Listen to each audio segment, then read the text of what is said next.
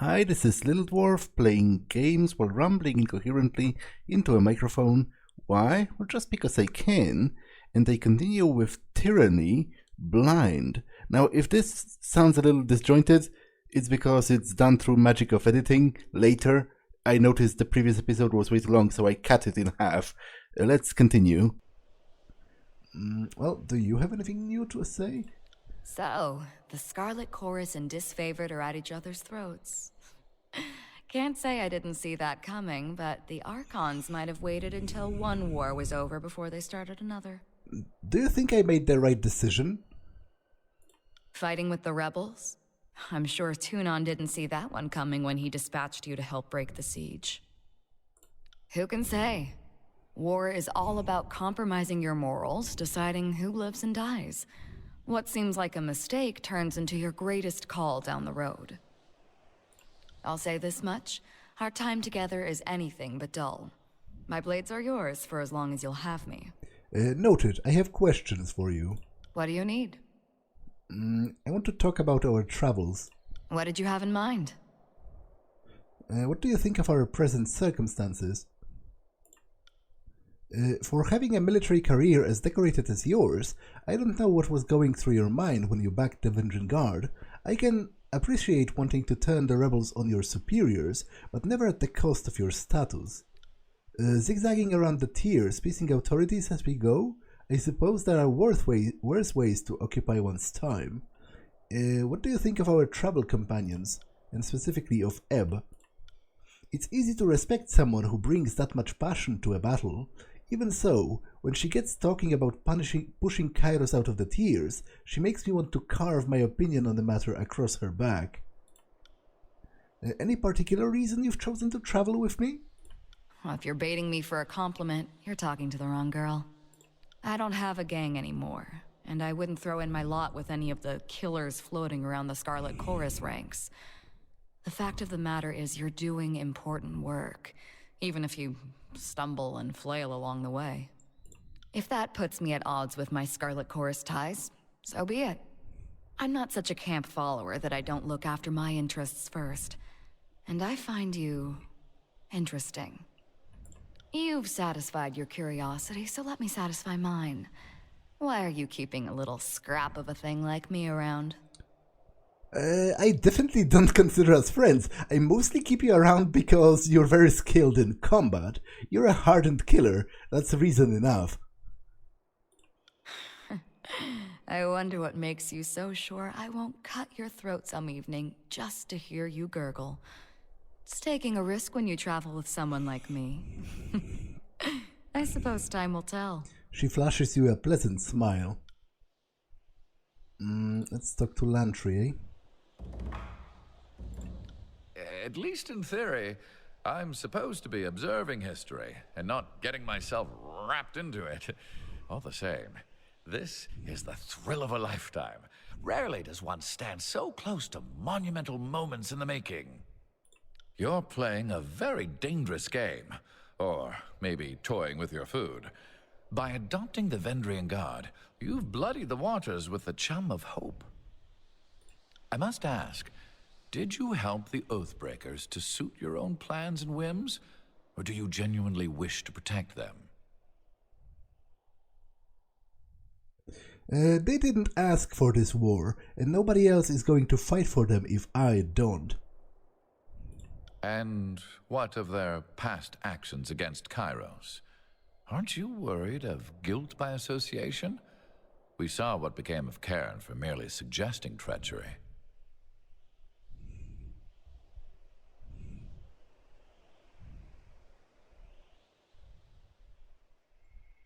Why would you liken my actions to those of Cairn? The Archon of Stone was said to be cavorting with the locals and suggesting that Kairos' claim to the tiers is invalid. Of course, the locals in question were the Beastman tribes, not regular folk. Not saying you're doing exactly what Cairn did, just worried someone will infer that you're up to something treasonous and need some preemptive justice.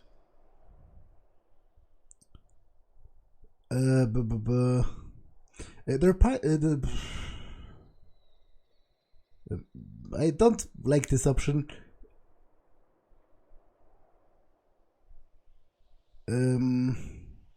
Their service to me is atonement for their past transgressions, which, to be honest, I don't even view as transgressions. I think they were in the right to defend their lands against an invading army. Like, what are you talking about? You have to be pretty crazy, and like, it requires some insane levels of mental gymnastics to say that they are morally in the wrong because they have the audacity to oppose a dictatorship that's trying to conquer them.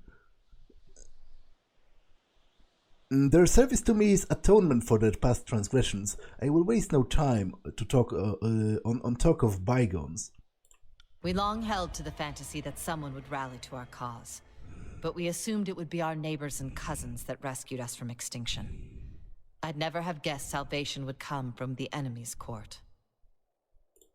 Whatever you do next, consider that many eyes will be upon you, for you have both delivered and taken away the Overlord's edicts, and few will know how to make sense of the latter. You are an exception the Archons cannot afford to ignore.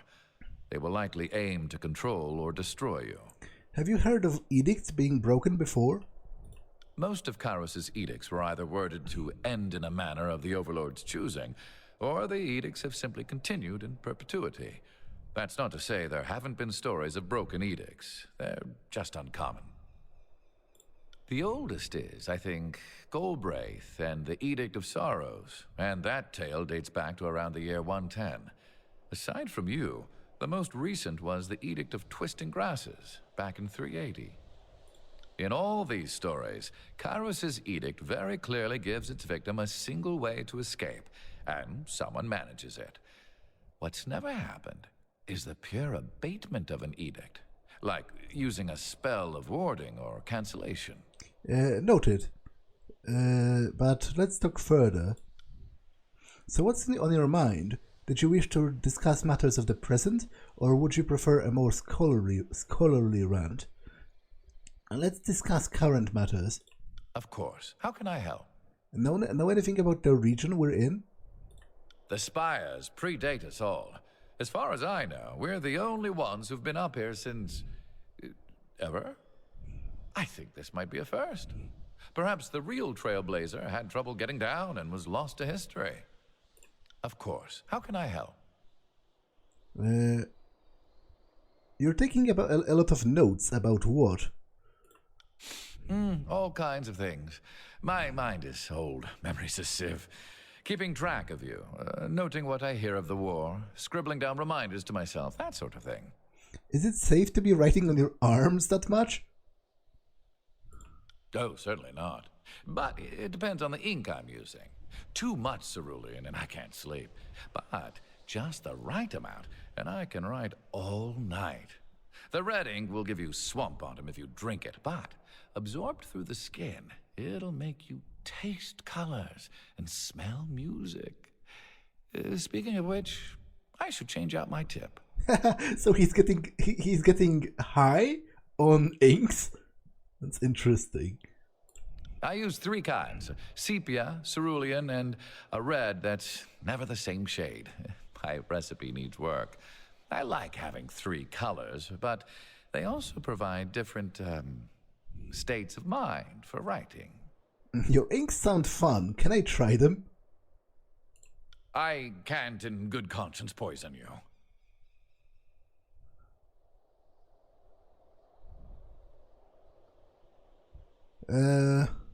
Consider it a lesson, a cautionary tale about wishing for things, fatherly moment. Any of those work for you? Oh, fine. The things I do to educate the youth. Here's how it works. The reds give you a brief bout of synesthesia, great for writing music. Cerulean can unhinge me a bit, but it blocks out the cramps and anxiety. My sepia ink is perfect for quiet contemplation, also insomnia.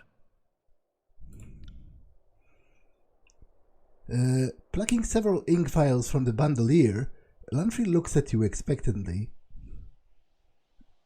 To be honest, On a second thought, maybe I'll do it later. It doesn't seem to be the smartest move to be taking drugs on the highest structure in the land with no handrails anywhere inside. Let's speak of something else.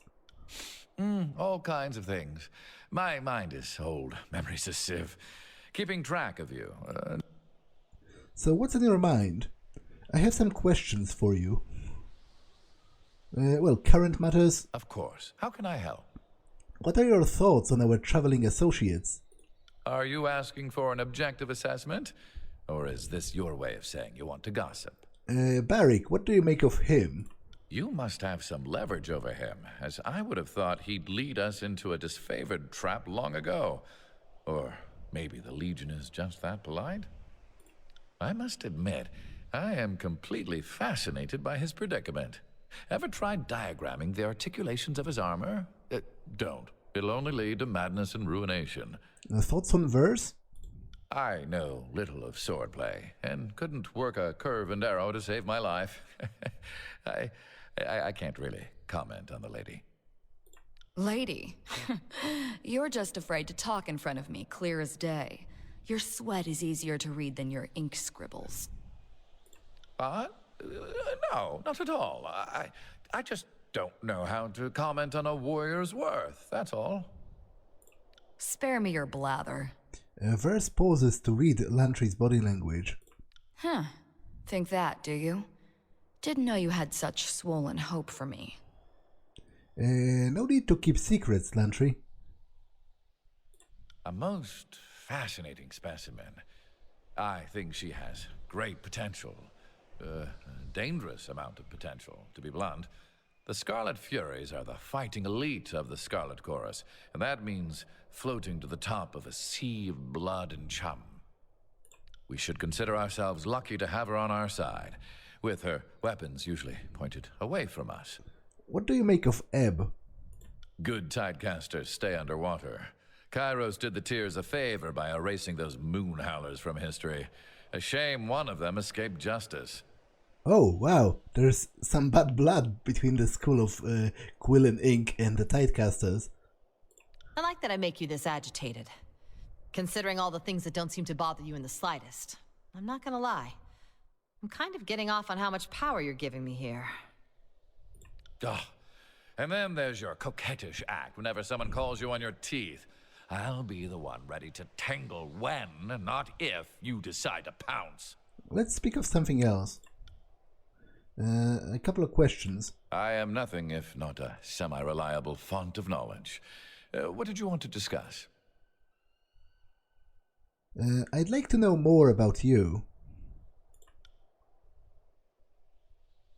Me?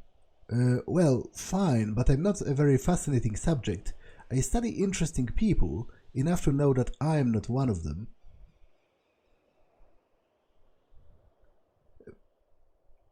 What's your story? Tell me the origins of Lantry. Someday someone half your age will ask you to sum up your life, and you'll realize what an odious request that is. Well, where to start? I grew up in Sunder. I was born right after the independence from the realm of Stalwart. Yeah, do the math and you'll realize I'm old. My parents were harbor hands. My mother never returned from a voyage, and my father lost his hands to an infection and decided to sell me to the School of Ink and Quills. In a treaty that ended with firm stipulation that Sunder chose to leave and that Stalwart did not lose a civil war, the Free City of Sunder marks 347 TR as the year of independence. He's pretty spry for 84. Wow! Wow, he really is. He really is. I didn't give him that many years. I thought he was like, I don't know, 70-something? Like early 70s? Or maybe even 60-something, you know?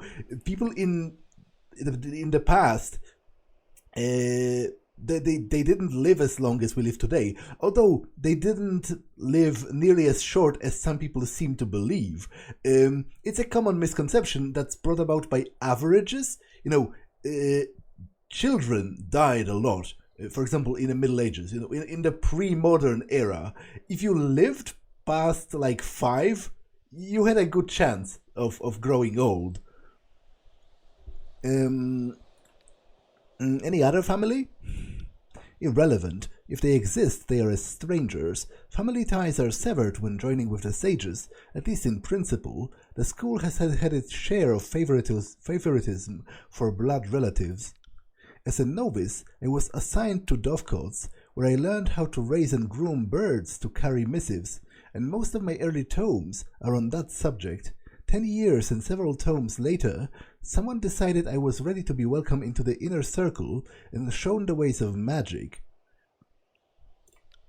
And since then, I've spent a great deal of time in field study, which I suppose readied me for the life after the fall of the Vellum Citadel. Well, as much as anything could really ready one for the strangeness of these days.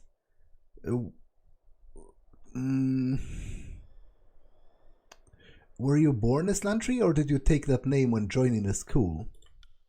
Most sages take a new name when they join the school, but for me, the transition was difficult at first. I stuck to my old commoner name, and then just never got around to picking some high-floating name like Sage Apophasis or Sage Dangling Participle. Okay. Is that your true skein? Did you always want to be a sage? I still don't know what skein means. I don't know that word. Apparently it's a regular English word because it's not explained in the lexicon. But I don't know it. I don't know what that means. I cannot imagine doing anything different. I suppose in my youngest days, I yearned for battle and glory like most boys I knew. Having now seen how short a soldier's life can be, I look back on that old calling, that old mindset, and laugh. So really, what's your story? What do you mean by that? I know you're smarter than you act. Extend me the same courtesy. Lantry strokes his beard, leaving flecks of sepia among his wide whiskers. I was on the take from the voices of Nerat, or at least an agent of his sent me into the school 30 years back. It would be years later until I made the connection to the Archon. Most people think the war began 3 years ago, but the voices of Nerat has had his hands in things sooner than that. I was part of the early invasion, an eager kid, happy to accept a 30-year assignment that comes with an education.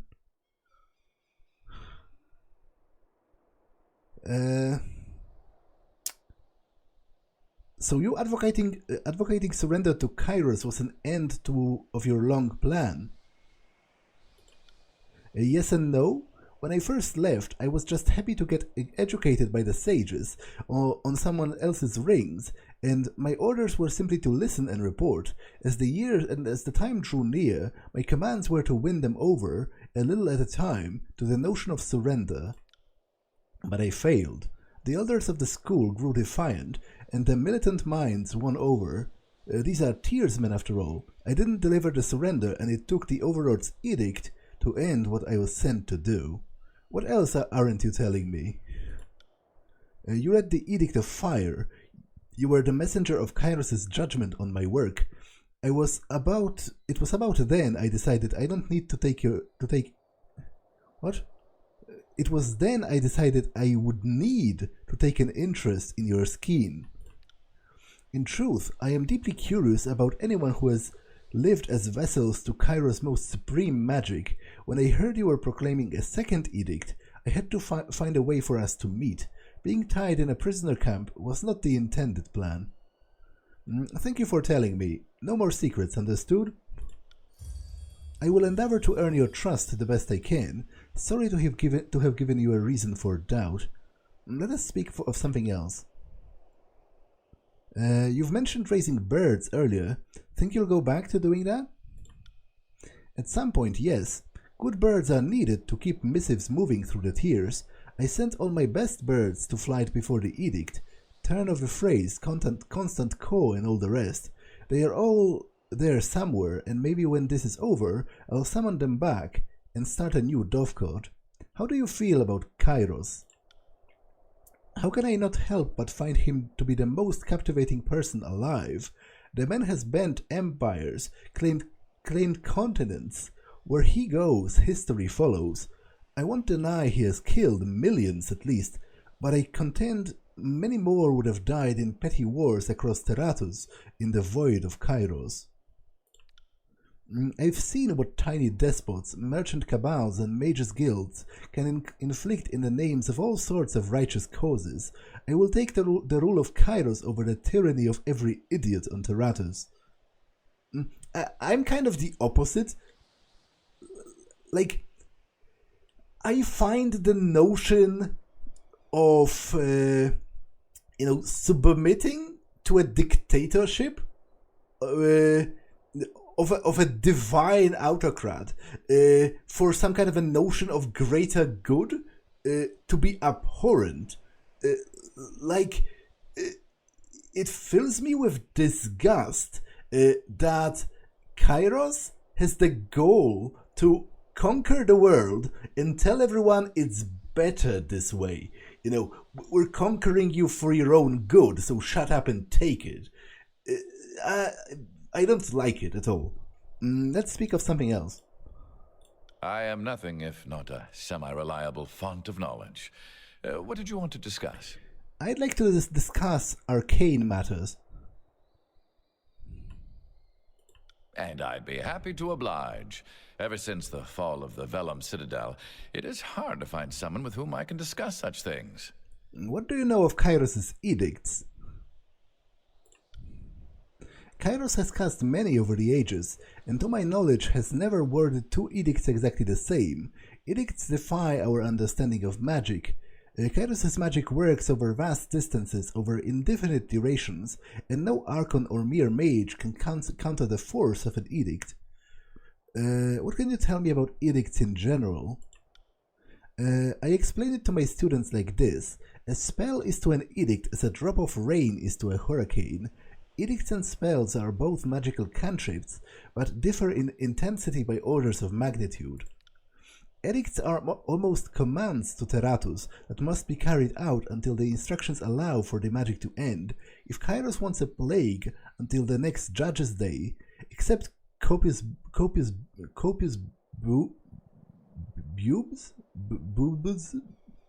I don't think it's boobs. Bubes? I guess it must be bubes because it's the or boobs, or maybe it's boobs. Because is it a bubonic plague or the bubonic plague? Like, is it you or oo? Not sure. Obviously, I'm not a native English speaker. Except copious something until the next Judge's Day. Nothing has ever dispelled an edict. Nothing outside of the edict's own sunset clause, as I like to think of them. Do edicts work on the same arcane principle as spellcraft and other magic? Edicts are the strongest manifestation of magic we know, and they seem to violate all other lesser phenomena. No dispel cantrip has ever dented or abated an edict. Even archons with powers of great durability cannot shrug off their effects. Just look at Cairn. Now, what I find curious, edicts can flex a little. Or so my studies suggest this is the case. Take the Edict of Storms. While the day it was proclaimed was the most violent, the actual radius of the storm has changed over time. But most will have none of my hypotheses on this matter. Fine, I'll take the bait. What's your conjecture about edicts? So, in my studies, some edicts resolve some problem of the overlords and then vanish into history. But the edicts that linger around, almost all of them begin to widen. Their effects become more intense. Here's the intriguing part. The older the edict, and the more that's written about it, the more the reports of that edict get more dire over time.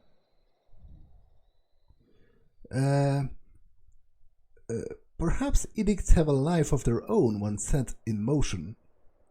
Something to that effect, at least. I contend that edicts are powered by fear. Fear of Kairos helps fuel the casting, and fear of the edict feeds the magic, sustaining it, and, if enough people fear it, even growing it a bit. Or edicts just feed off the landscape when set in motion. Just look at what has become of Azure and Stalwart. I thought just that. But wherever an edict is cast or has been cast, the land will always hum with a little background noise, if your ear's trained to listen. If anything, it seems edicts add more magic into the world, not the other way around. Intellectual honesty demands that I study the matter more. If I'm correct, the more people fear and obsess over an edict, the stronger it becomes. Anyway, another study for another time. I'm curious about a specific edict. Of course, ask away. What can you tell me of the Edict of Storms? The Edict of Storms turned the once forested lands of Stalwart into a windswept wasteland. They call it the Blade Grave now. Since only the iron and bronze armaments remain, hurricane breezes, rust winds, and relentless lightning have destroyed the housing and farmlands. The Blade Grave is a name given to what remains of the year of the realm of Stalwart after its ruination when Kairos proclaimed the Edict of Storms upon the lands. The magical storms struck the disfavored and unbroken armies during the height of their engagement, and now most of what remains is a blighted landscape of discarded armor and weapons, and high winds of rust and human dust. What do you know of the Edict of Stone? The Edict of Stone has ravaged the realm of Azure. The upheaval of earth and rock turned the rolling plains into a craggy steppe known as the Stone Sea. I read that already. Since the edict was directed at a traitorous Archon of Stone, it would seem the upheaval of Azure was a secondary consequence, though I imagine little of what Kairos does is unintentional. What do you know of the Edict of Fire? I know that you warned us. I am alive today because of you. So are so many of us, of our brothers and sisters, and I'm most certain you were not ordered to warn us, so all the more reason to honor your decision. Lantry bows deeply, his face blushing when he returns to standing. Given the destruction involved, a warning seemed like the most humane thing to do. A noble sentiment. The edict has had its intended effect. It crushed the will of the school and scattered the sages to the wind. I am glad it brought an end to the conflict, and thanks to your warning, without further loss of life. Any thoughts on the Edict of Execution cast on Vengeance Valley? It seems like the Archons were about to kill each other, and the threat of mutual destruction was all that Kairos had left. I imagine fear is the only way to get someone like the Voices of Nerat to follow orders, and the edict certainly did whip them into action. And something else. I'd be happy to oblige. Ever since the fall of the Vellum Citadel, it is hard to find someone with whom I can discuss such things. What do you know of the magic of the Archons? I've studied many of the Archons over the years. Compared to the other sages, I am an expert on the subject, which is sad, because I feel like there is still so much to learn. How does the magic of Archons work?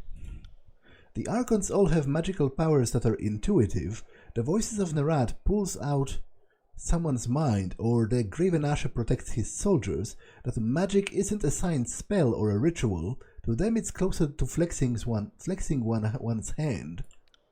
Archons are, what's the word for it? The axiom of magic, the root of magic, spell pioneers? I'm sure this analogy is off in many ways, but I see Archons as the mothers of original magic, and everyone else is just imitating them. While every guild or school of magic will ascribe a different name to that theory, all mages inevitably stumble upon an inescapable fact. Only the Archons can will magic into being. Everyone else can cast magic by invoking the sigil of an Archon that has come before. None know how the Archons do their magic. It seems to be different with each Archon, but theory suggests that once an Archon starts to invoke their powers, anyone who comes after the Archon could, with the proper knowledge, tap into that power with the proper sigil and know-how. This observed law has given rise to a common question from young students. How could one guess at a sigil of an Archon not yet born, or simply not remembered by history, or simply unknown to the caster, and successfully cast a spell? Experienced mystics would tell you that this is impossible, for they know that it's not enough to just mimic the gestures of a sigil. One must have a willful, conscious knowledge of the Archon, and intended power being channeled. To confuse things a bit, the Archons learn to cast magic spells in the same fashion as lesser mages. If you are as important as an Archon, you learn quick that all knowledge is power. I've studied many Archons in my years. Compared to the other sages, I'm an expert on the subject. Okay, he just repeats himself. Are all Archons loyal to Kairos? Officially, yes. In actuality, no. Those with the true gift for magic always come to the attention of Kairos. A few manage to evade attention for a bit. The School of the Tides was founded by one such uncontrollable, but these are history's exceptions. Occulted Jade, Archon of the Tides, never bowed to Kairos, and it's said she survived the assassins sent to silence her. It makes her flight from Kairos before the war all the more troubling. We knew her as the symbol of strength, but when threatened, her weaker nature won. When we write biographies of the Archon, we often refer to them as exarchs in their formative years before stepping into their prime, but officially, Kairos is supposed to grant all titles of Archon, and it's quite a faux pas to self-appellate. Exactly why Jade insisted on calling herself Archon of Tides. She didn't need Kairos' approval to wear the title she deserves, and I know she loved the fact that doing so must have annoyed Kairos. How is an Archon born, or bred? I think we all dream one day of waking up and being an Archon. Given some of the madmen and loons that have exhibited great mystical greatness, it can seem unfair that the rest of us can't do it. I can say with confidence that the Archons aren't born, they become.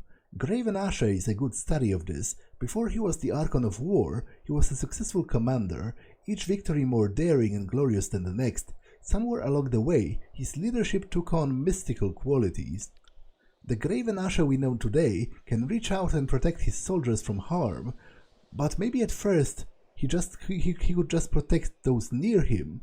I wouldn't know for certain, but all will attest that he didn't have this power his whole life. Something else. And I'd be happy to oblige. Ever since the fall of the Vellum Citadel, it is hard to find someone with whom I can discuss such things. What do you know of spellcraft? I've forgotten more than most blood chanters have ever learned. What do you want to know?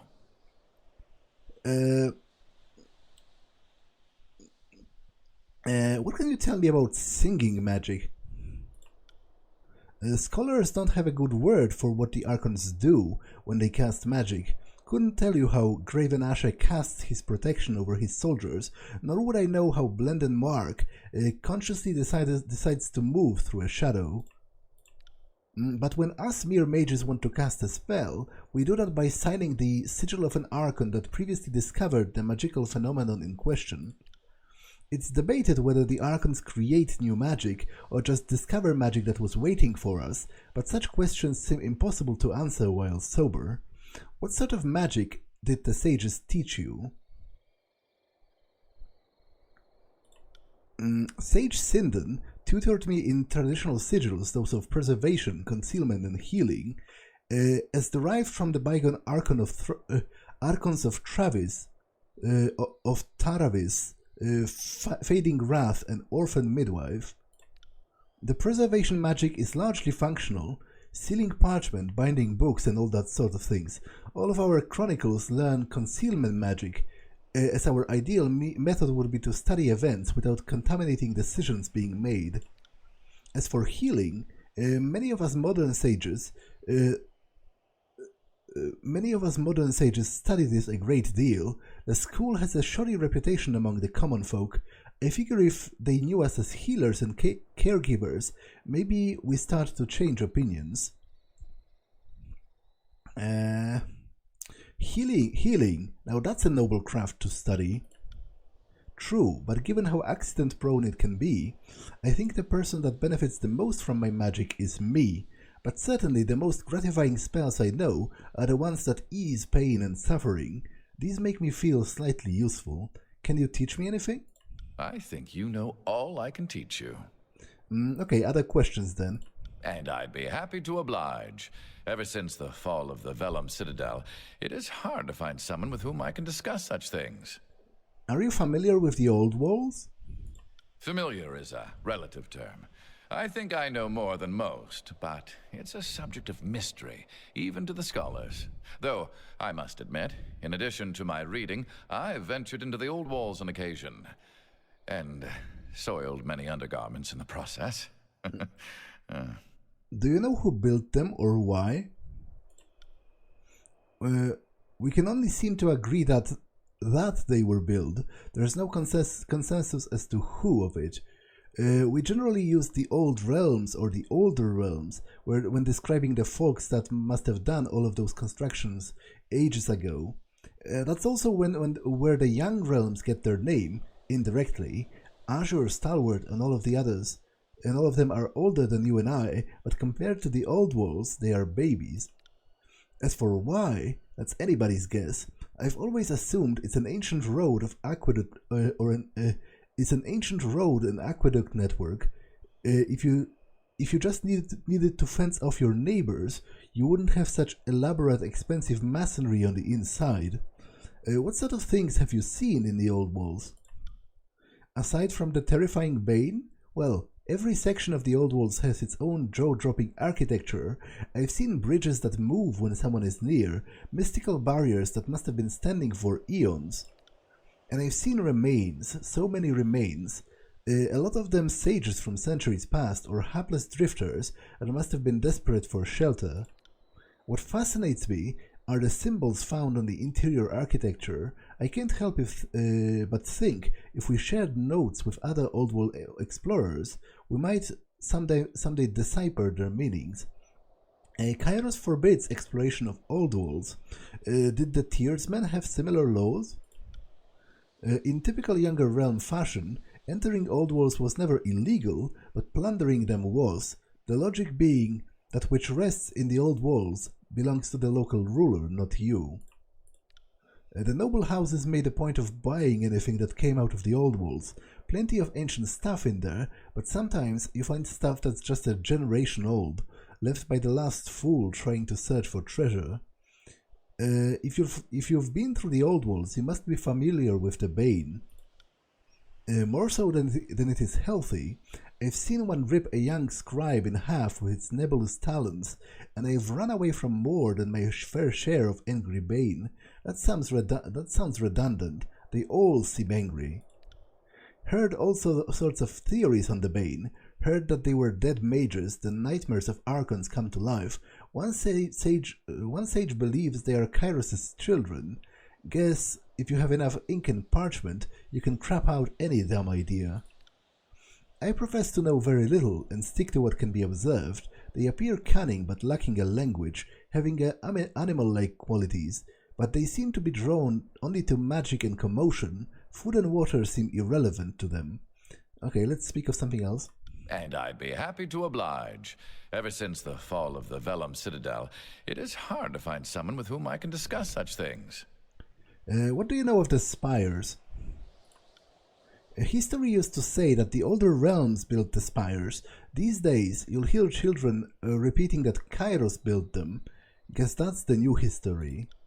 There are spires all over Terratus, though I don't know the count, maybe 40 or so? 5 of them are in the tiers, and generally, spires follow the old walls, often occurring at junctions in the old masonry. The mountain spire is a notable exception. The other spires in the tiers connect to the old walls, but the mountain spire is freestanding, a sore thumb in the middle of the tiers. Any idea as to their purpose? A lightning rod, perch from which to survey the lands below, signposts for a society of folks that flew like birds? On this matter, I have only conjecture and flights of fancy. The best hypothesis I've heard is that they were all built as sites of major settlements long gone, so maybe the haphazard placement is a hint about how the maps of old may have looked. Any idea on why magic works better near the spires?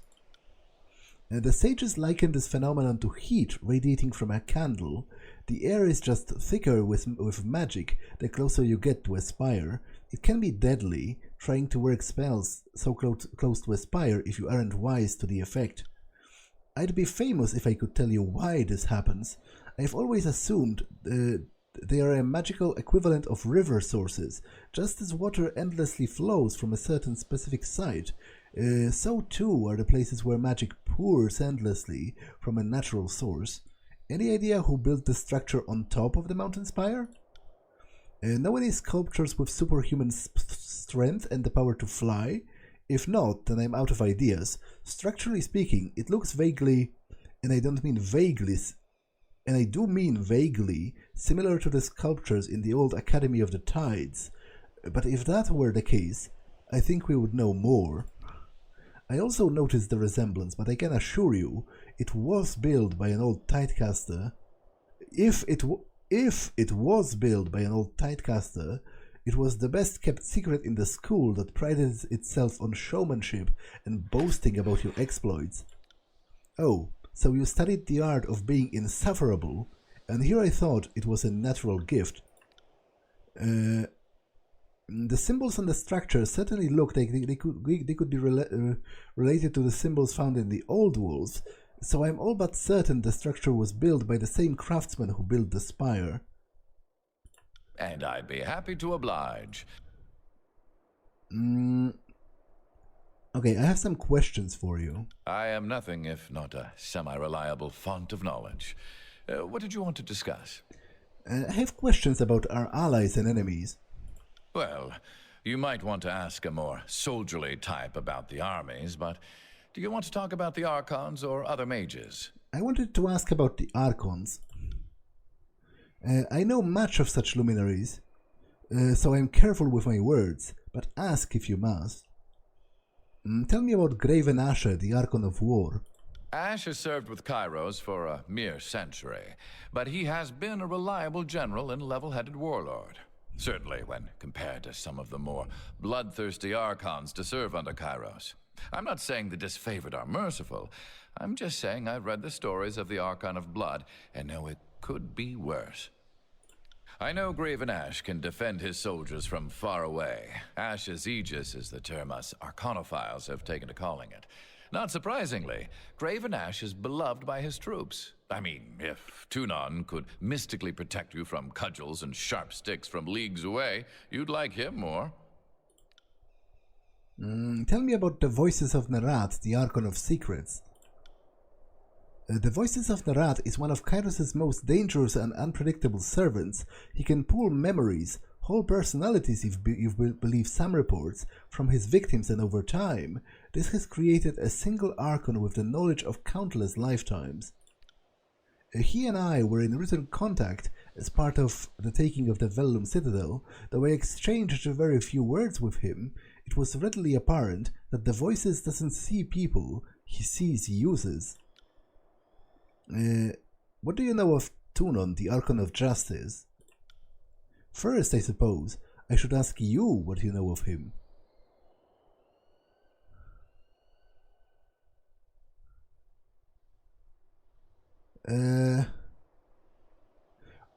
Well, to be honest, I don't know. Like, my character should know, but I don't. Like, is Tunon really fair and just?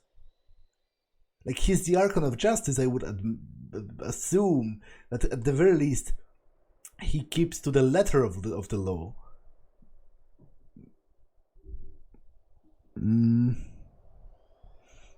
He's true to his core mission. He's fair and just. Fair and just by your measure, that is. Tunon, the Archon of Justice, exists in texts spanning back hundreds of years. I can't say how he came to be the Overlord's adjudicator, maybe you know that one, but he oversaw the conquest of Tundra sovereigns, and they bowed to Kairos in the year 83. Wow, so he's like 400 years old. Know anything of Bleden Mark, the Archon of Shadows? Very little. His name is not printed in many texts. I know that he is sworn to Tunon and acts as his assassin. I know he goes back a long way, though. I've assumed he has served Kairos about as long as Tunon, give or take. What of Sirin, the Archon of Song? Not the youngest Archon in history, but certainly one of the younger, and history has yet to write much about her. And if I happen to be the first to write about her, well, that will look nice for my legacy. What do you know of Cairn? Did you know Cairn, the Archon of Stone? Of him I know very little. I believe he was just the wild man of the hills that Graven Ashes subdued in 402, but only one source suggests that link. He was famous for being, well, a big sour jerk. Seems he let his mouth run off about Kairos, and that was the end of his story. I am nothing if not a semi-reliable font of knowledge. What did you want to discuss? What can you tell me about the School of Ink and Quill? You mean what's left of them? What would you like to know? What's the core philosophy of it? The sages are archivists, academicians, and arcanists. Our mission is to preserve the knowledge of today for the good of tomorrow. Though we are known for our magic, few realize that most sages concern themselves with scribal work. Only a select few have the talent or focus to work the sigils.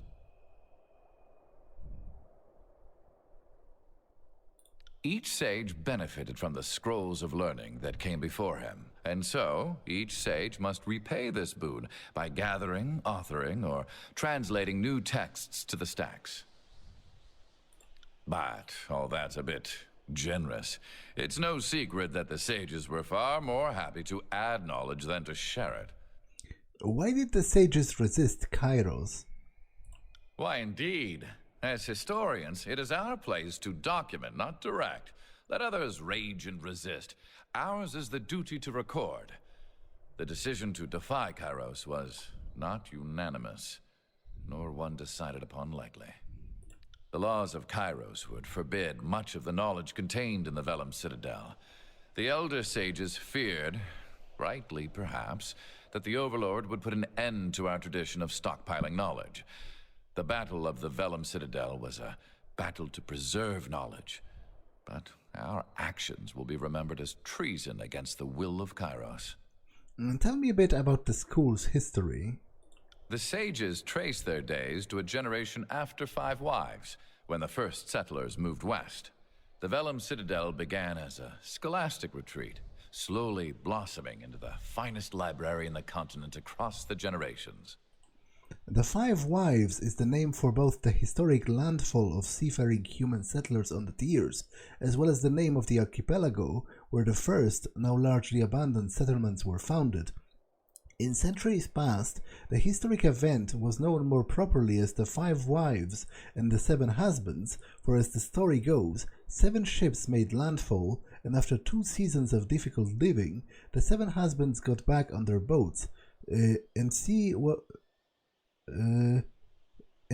else was nearby, and all perished. Many suggest that this is just a parable used to explain the gender roles of the land ownership and admiralty in the Tiers, but the nobility take the origin story quite seriously, and nearly every noble house in the Tiers has family mythology linking them to those 5 fabled matriarchs. The centuries fly by, and suddenly, the Vellum Citadel is the definitive archive in the Tiers. The sages branched out into carrying missives for wealthy clients, training noble children to read. The peasants may have feared us, but we remained useful enough to the kings and queens of the Tiers to avoid war. When Kairos came for the Tiers, that's when our hubris came back to haunt us. The Elder Sages, the other Elder Sages, not I, believed our spellcraft was enough to ward off any siege. Well, we know how that turned out. What sort of sigils do the sages practice? Traditionally, we use magic only so that we may observe and archive. So that means magic of concealment and protection. But, in truth, we have amassed a great wealth of knowledge. Before the Vellum Citadel fell, any given subject of magic had at least one sage practicing it. So you're admitting you had at least one agent of yours studying the magic of the Tidecasters? Well, I mean, if such information had fallen into our hands generations ago, we'd be fools not to... Not to suckle off that ill-gotten teat of knowledge? Filthy word whores of the worst degree. The Edict of Fire wasn't half of what you deserved.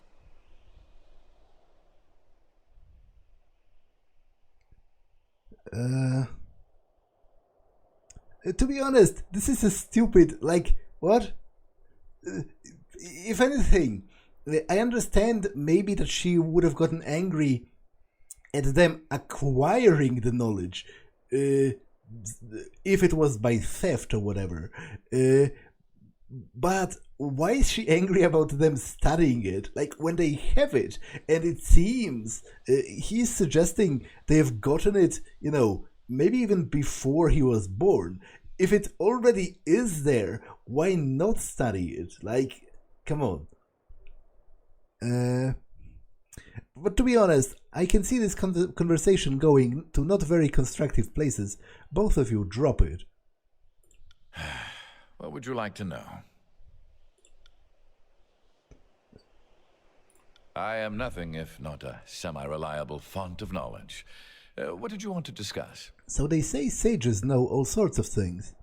I know everything, except for who's been saying that. What's on your mind? Now what do you think about the Beastmen? My knowledge is largely academic, not to be mistaken for practical. Know their origins? The earliest settlers made note of the Beastmen, so they were here before us, but not before the older realms. By all accounts, the tribes do not have record of a time before the Old Walls. So, the logical conclusion is that they arrived after the Old Realms, but before Five Wives. What of the tribes? There have been thousands of tribes throughout history. Most dissolve within a Acquireman's lifespan. The stronger females branch off and make their own tribes with tougher names. Then the King of Azure rounds you up and puts you to work. The Stonestalkers are the most powerful of remaining tribes, thriving now that Azure has fallen. As for the rest, the old Talons of Frozen Cloud, the Trollhooks, the Kolakar, the Katvanas, the Jawsnap, all gone, I think. And then there's the Shadowhunters. They're all but extinct. What do you know of their minds and mannerisms? They are true to their names and live like beasts. Clothing and artifice seem to have little value to them, whereas rutting and killing are the reason they wake in the morning. But it would be a mistake to think them stupid. Ask any tamer and they'll tell you some stories of their cunning. The beasts are wanting in patience and diplomacy, but they are a clever bunch. Where do their loyalties rest? You'd want to ask the authority, Sage Quillborn. She lived with the Kolakar for a few span back in 404. Some truly fascinating findings. She noted that every successful tribe has a singular female leader. It's Prima.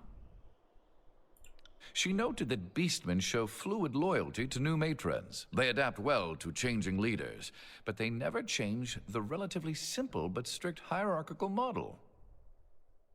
Few beastmen have accepted fealty to Kairos. It would seem the notion of bowing to a person you have not seen in the flesh is insanity. This inability to bow to the Overlord will no doubt doom the species, for Kairos does not suffer such token insults. I know everything, except for who's been saying that. What's on your mind? Know anything about the Bane? A shame Sage Cloven Claws was reduced to a pile of ash. Men knew all there's been written on the subject. Most of what we know is summed up in the name. The full term for them is Magebane, and there's good reason for it. They'll prey on anything that moves, but they'll show favoritism towards magically active humans. Do you know where those creatures come from? They seem to breed in the old walls, or at least that is where they exist in the highest concentration, but there seems to be no social interaction among the Banes and no logical mechanism of grinding their privates to make little Banes. Know anything about the malices? Most troublesome of the Mage Banes are the malices. Though I've never experienced it, I'm told a malice can take hold of your waking self, leave you trapped in a dream while it puppets you. If evidence of these creatures didn't predate Kairos, I would think the Overlord, the only creature powerful and cruel enough to breed the malice. What can you tell me of the Havocs? Havocs are notable for being territorial. By all accounts they stick to a chosen location and lurk. If you see one, common wisdom is to run. It'll give up chase eventually, when you find the edges of its home. What do you know of the Scourges? Riding masses of sharpened limbs, and quiet as a shadow, Scourges are the most frequently observed type of Banes. Not sure if they are the most numerous, or just the most likely to attack. Tell me about the Wisps. Wisps are largely inconsequential by themselves, hardly the menace most associate with the Bane, but these glowing creatures often follow in the wake of Scourges or other larger Banes, and this can make them a real threat. I know everything, except for who's been saying that. What's on your mind? Could you teach me something about history? I'm flattered you think me that wise, but unless you are enthralled by migration observations and titillated by triangle ratios, I think I'd bore you silly.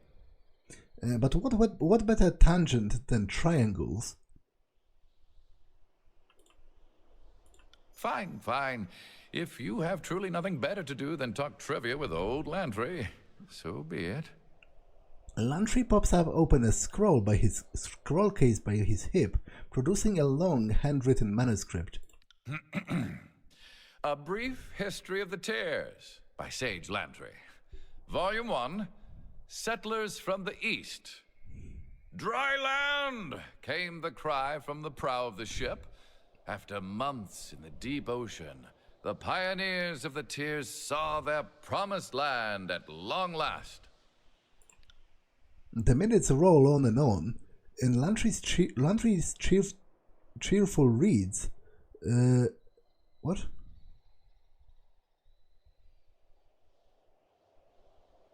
This doesn't make grammatical sense, I think.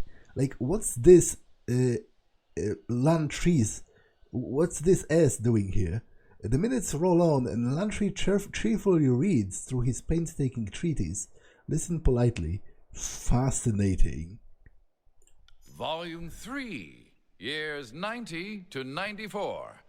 If you thought 88 was a crazy time when everything changed, wait until 91. Haunting memories of Tunon's lectures creep into your mind. Really, do go on. Well, if you enjoyed that, you're going to love Ratios of the Sun.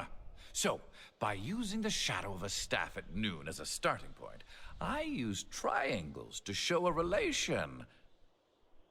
Unlike Tunon, Lantry cannot kill you for walking out of a lecture, and unlike Tunon, Lantry has to eventually sleep. You've experienced worse. But were your two measurements far enough to derive a parallax? I knew someone would ask that. And yes, so here's my proof. Sage Winding Script shows a relationship between all half-square triangles. I have a diagram somewhere. From time to time, the wind picks up. The howling, biting breeze offers a momentary respite from the deluge of blather. So if that's correct, you could estimate almost any length from a known angle. Yes. Way to steal the concluding reveal from me. But yeah, that's about the gist of it. Now, if you'll excuse me, I think my voice needs rest. Thank you for the rousing conversation. Okay, are you done with your... One moment, my friend. Just let me finish this thought. Ending his note with a flourish, Lantry licks the tip of the quill, pausing to taste it a second and a third time before tucking the pen in a holster on his sleeve. Do you have any... Of course. How can I help? Okay, I asked this already, right? The spires predate us all. As far as I know, we're the only ones who've been up here since... ever? Of course. How can I help? I am nothing if not a semi-reliable font of knowledge. What did you want to discuss? Thanks, one. Hello?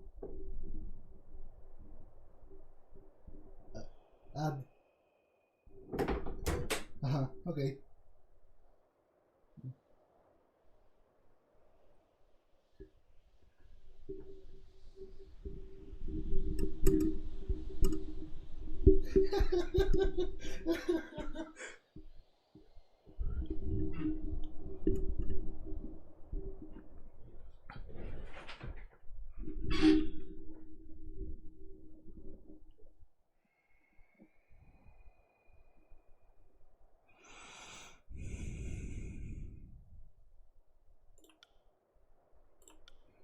Okay, I think that's all for Lantry. One moment. Because I noticed that this episode is like way too long, so I have to chop it up in editing so that it's more manageable. So I'm going to cut it here. That's all for this one, and I will see you in the next one. Bye.